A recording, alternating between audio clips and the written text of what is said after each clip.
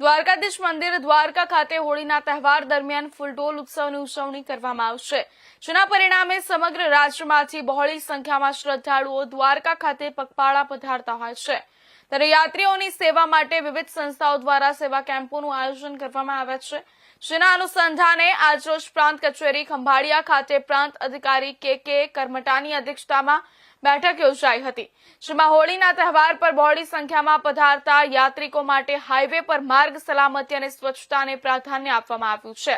તેમજ સેવા કેમ્પોના સંચાલકોને કેમ્પ દરમિયાન સ્વચ્છતા જાળવવા તેમજ ઉત્સવ પૂર્ણ થયા બાદ પણ સ્વચ્છતા જાળવવા અને સિંગલ યુઝ પ્લાસ્ટિકના ઉપયોગ ટાળવા માટે તેમજ ટ્રાફિક નિયમન જાળવવા પણ વહીવટીતંત્ર દ્વારા ખાસ અનુરોધ કરવામાં આવ્યો હતો। આ બેઠકમાં ડીવાયએસપી, નાયબ જિલ્લા વિકાસ અધિકારી, મામલતદાર, તાલુકા વિકાસ અધિકારી, પીઆઈ તેમજ સંલગ્ન વિભાગના અધિકારીઓ તથા સેવા કેમ્પોના સંચાલકો ઉપસ્થિત રહ્યા હતા। આજરોજ માનનીય દેવભૂમિ દ્વારકા જિલ્લા કલેક્ટર શ્રી રાજેશ તન્ના સાહેબના માર્ગદર્શન હેઠળ ખંભાળિયા અને ભાણોડ સબ ડિવિઝનમાં અને આખા સમગ્ર દેવભૂમિ દ્વારકા જિલ્લામાં આપણે જાણીએ છીએ તેમ આખા ગુજરાતભરમાંથી દેવભૂમિ દ્વારકાના આપણા દ્વારકાધીશ મંદિરમાં ફૂલડો મહોત્સવ નિમિત્તે લાખોની સંખ્યામાં શ્રદ્ધાળુ પદયાત્રાળુઓ આવે છે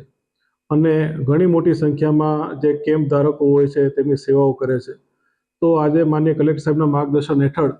તમામ કેમ્પ ધારકોની આજે પ્રાંત ઓફિસ ખંભાળિયા ખાતે એક મિટિંગ રાખેલી હતી। આ મિટિંગ તમામના સૂચનો અનુસાર ખૂબ જ સરસ રહી। મોટાભાગના જે મુદ્દાઓ હતા એ સ્વચ્છતા બાબતેના હતા અને સમગ્ર તંત્ર વતી અમે કેમ્પ ધારકોને પણ એક નમ્ર વિનંતી કરી છે। આ સાથે આવતા તમામ શ્રદ્ધાળુઓને પણ વિનંતી કરીએ છીએ કે આપની પદયાત્રા દરમિયાન આપની આજુબાજુની જગ્યા જે છે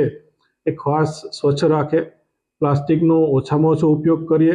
આપણી પાસે જે પણ પ્લાસ્ટિકની વસ્તુઓ હોય તે નજીકની ડસ્ટબિનમાં, કચરા પેટીમાં રાખીએ અથવા નજીકના જે કેમ્પ સ્થળ છે કે જ્યાં કચરાની વ્યવસ્થા એ લોકો કરેલી છે તેમાં રાખીએ।